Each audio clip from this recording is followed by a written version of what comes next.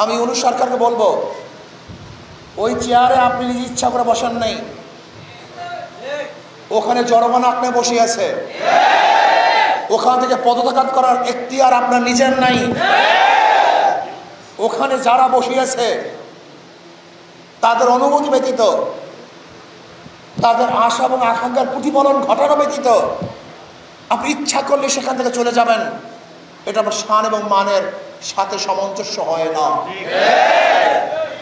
এটা আপনার শান এবং মানের খেলা। জনগণ তারা মুক্তি পাওয়ার জন্য, স্বাধীনতা অর্জন করার জন্য, শান্তি পাওয়ার জন্য, নিরপেক্ষ নির্বাচন উপহার দেওয়ার জন্য, বৈষম্য দূর করার জন্য, গ্রহণযোগ্য নির্বাচনের জন্য আপনাকে ওখানে বসিয়েছে।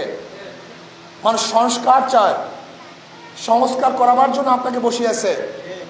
আপনি ইচ্ছা করলে পদত্যাগ করবেন, ইচ্ছা করলে ছেড়ে যাবেন, ইচ্ছা করলে গদি ত্যাগ করবেন। আমরা জানি আপনি চান না, কিন্তু এখানে চাওয়া এবং না চাওয়ার আপনার ব্যক্তিগত বিষয় নয়, আপনার ওখানে থাকা এবং না থাকা করে বাংলাদেশের জনগণের বিষয়, দেশের বিষয়।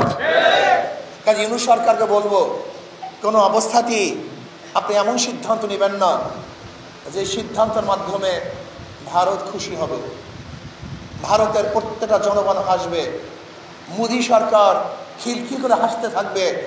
এরকম সিদ্ধান্ত আপনি নেবেন না, বরং আপনি এরকম সিদ্ধান্ত নেন যার মাধ্যমে বাংলাদেশের মানুষ স্বাধীন হবে।